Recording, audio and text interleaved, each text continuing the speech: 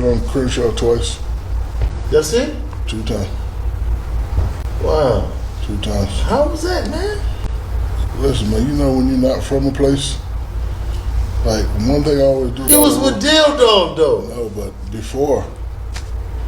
It's like one thing I don't do is disrespect the rules, whatever the rules may be. But you was with the rules. I know. He was with the homie, you know what I'm saying? You know what I mean?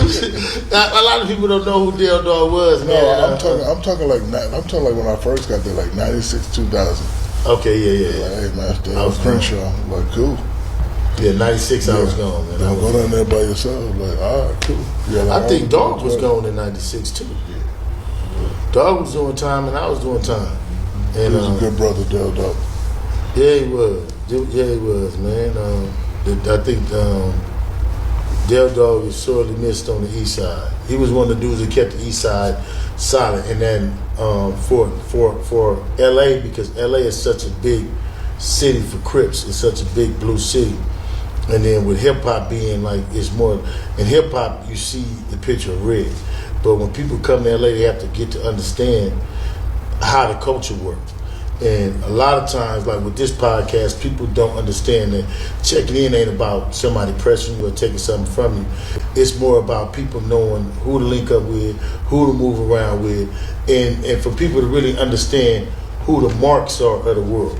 You know what I mean? Who the money marks is. Those are the people who get to the city before the talent get there and go have the relationships and know how to move a man around and know how to do things. I think you have to be from that to understand that. Yeah, no, and that's really true.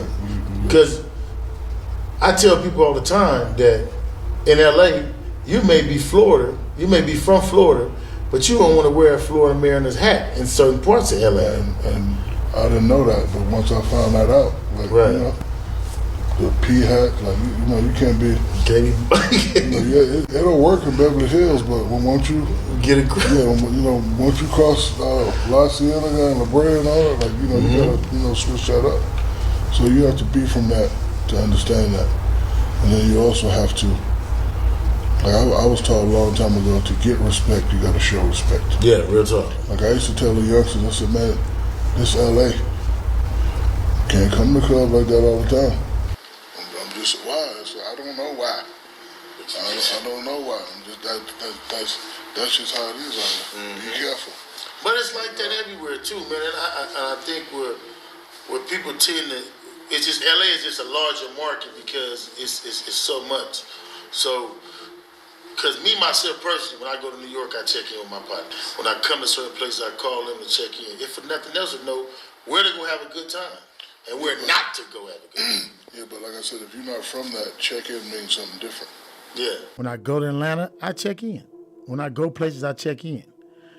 And I don't think nobody is safe. I know dudes right now from LA who are actual gang members who have been robbed for their jewelry, who real killers. They checking in with who, the boogeyman? Did y'all hear the stories of how many rappers Big U set up? Said these individuals were extorting Shaq.